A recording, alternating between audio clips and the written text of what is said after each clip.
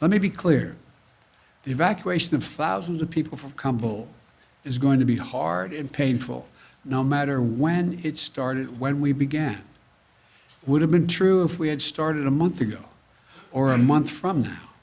There is no way to evacuate this many people without pain and loss of heartbreaking images you see on television.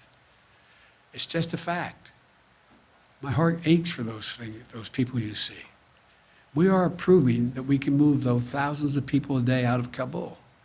We're bringing our citizens, NATO allies, Afghans who in fact has helped us in the war effort, but we have a long way to go, and a lot could still go wrong. But to move out 30,000 people in just over a week, that's a great testament to the men and women on the ground in Kabul and our armed services. We're working with more than 24 countries across 4 continents. We've secured agreements with across the Gulf, in Central Asia, and in Europe, including processing centers in Qatar, Germany, Kuwait, Spain, and elsewhere. It allows us to sort and process these evacuees.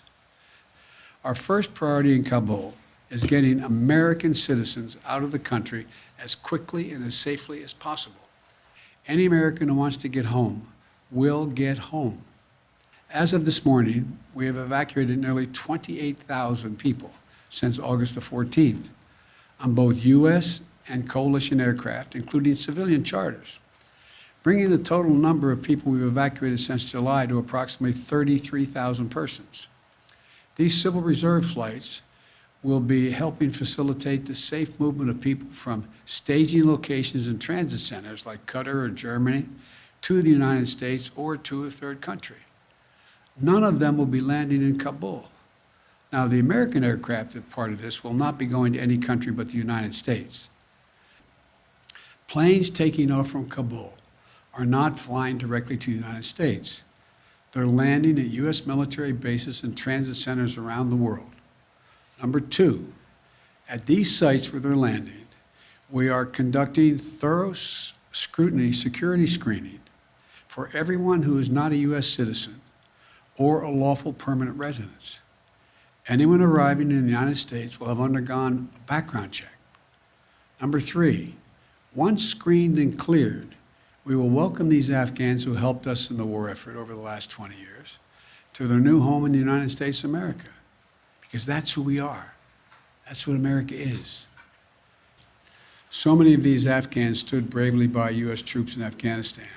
And now, the United States, including veterans groups, refugee settlement agencies, religious organizations, and so many others, are standing with our Afghan allies. And I want to say again, just how difficult this mission is and how dangerous the dangers it poses to our troops on the ground. The security environment is changing rapidly. There are civilians crowded at the airport, although we've cleared thousands of them. We know that terrorists may seek to exploit the situation and target innocent Afghans or American troops. But we're under no illusions about the threat. I said on Friday, ISIS-K is a sworn enemy of the Taliban, and they have a history of fighting one another. But every day we have troops on the ground. These troops and innocent civilians at the airport face the risk of attack from ISIS-K from a distance, even though we're moving back the perimeter significantly. We're working hard and as fast as we can to get people out. That's our mission. That's our goal. And our determination to get every American citizen home and to evacuate our Afghan allies is unwavering. Our hope is we will not have to extend, but there are going to be discussions, I suspect, on how far along we are in the process. The United States is now negotiating with the Taliban over airport access and such. Do you now trust them? And then a question on the public response. A new poll out today shows Americans wanted to withdraw from Afghanistan, but they disapprove of the way you've handled it. The poll also found that based in part on what's transpired in the last week, a majority of Americans, and forgive me, I'm just the messenger, no longer consider you to be competent, focused, or effective in the job. I haven't seen that poll. It's out there from CBS this morning. What would you say to those Americans who no longer believe that you're up to the job? I had a basic decision to make.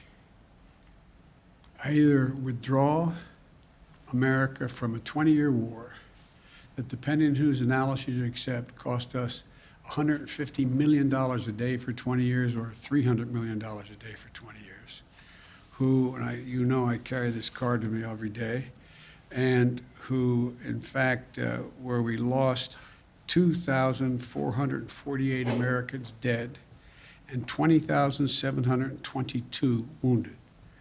Either increase the number of forces we keep there and keep that going, or I end the war. And I decided to end the war. As I said the other day, you know, the only reason we're in Afghanistan is this is the place from which bin Laden attacked the United States of America. Had this been in another Middle Eastern country where he could have easily have moved from, we would have never gone to Afghanistan. So the question is, when is the right time to leave? What are our national interests? Where do they lie? And the idea that we are in a situation where we can not recognize that terrorism has metastasized around the world, and the need for us to focus on other parts of the world which create an even greater danger of an al-Qaeda-like operation beginning, can't be ignored. And we are, as you well know, because you follow this, we are a number of places where we're doing that without permanent basing American forces there. So I think when this is over, the American people have a clear understanding of what I did, why we did it, and but look, that's the job. My job is to make judgments. My job is to make judgments no one else can or will make. I made them. I'm convinced I'm absolutely correct in not deciding to send more young women and men to war for a war that, in fact, is no longer warranted. On the question of the Taliban, though, do you trust them now that you have to negotiate with them? I don't trust anybody, including you. I love you, but you know, there's not a lot of people I trust. Look, the Taliban has Taliban has to make a fundamental decision. Is the Taliban going to attempt to be able to unite and provide for the well-being of the people of Afghanistan, which no one group has ever done since before, dealing for hundreds of years? And if it does, it's going to need everything from additional help in terms of economic assistance, trade, and a whole range of things. The Taliban has said, we'll see whether they mean it or not. They're seeking legitimacy.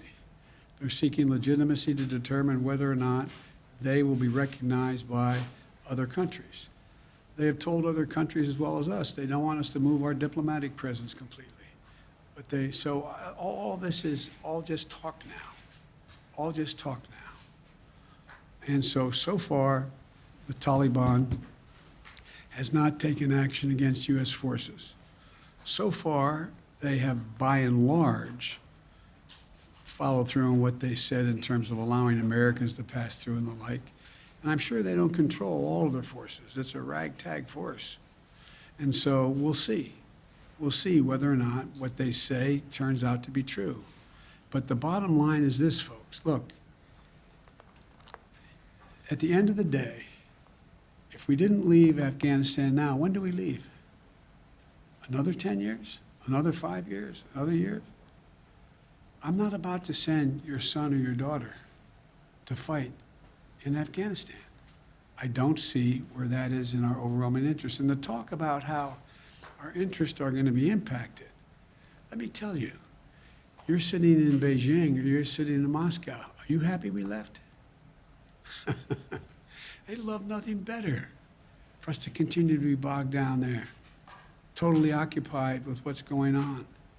So the idea, I think that history is going to record, this was the logical, rational, and right decision to make.